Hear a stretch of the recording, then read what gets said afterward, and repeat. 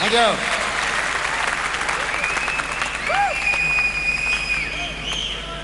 Romeo was a very lonely young man.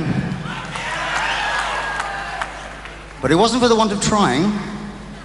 Every night, Romeo used to go cruising the singles bars, looking for the perfect female companion. And tonight was going to be his lucky night. Oh, yes. Well, he found himself at the bar, 2 or 3 seats down from a very beautiful-looking girl, Juliet.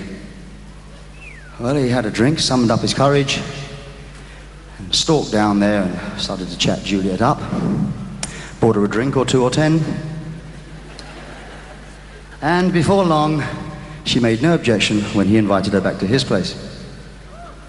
Well, Romeo started to make the moves on Juliet, but under closer scrutiny, was very shocked, stunned, and surprised to discover that Juliet was not in fact a real person at all, but an inflatable doll. This would account for a couple of things, thought Romeo. She was very quiet. And yet she always looked like she was just going to say something.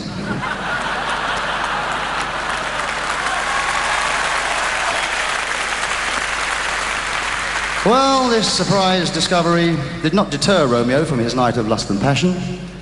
And in fact, night after night after night after night of lust and passion followed.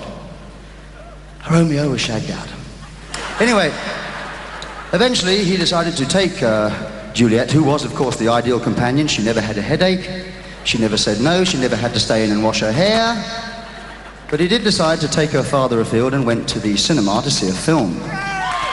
Well, there he was, lit up a cigarette, which he always did after sex. And then he put his arm around her and started to get engrossed in the film.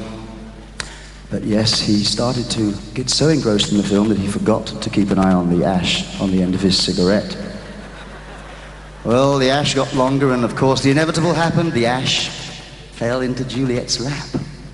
And instead of the customary ouch, all Romeo heard was a bang as Juliet fled off the seat and started to circle the cinema ceiling like a burst balloon. Well, unfortunately for Romeo, that was the last he ever saw of Juliet. And today, Romeo is still a very lonely young man. This actually has nothing to do with the next piece of music. I thought I'd just like to share that with you. But it does have something to do with our past. And this is a selection of music from our past, which we have casually strung together. And Mr. Rutherford will show you how it goes.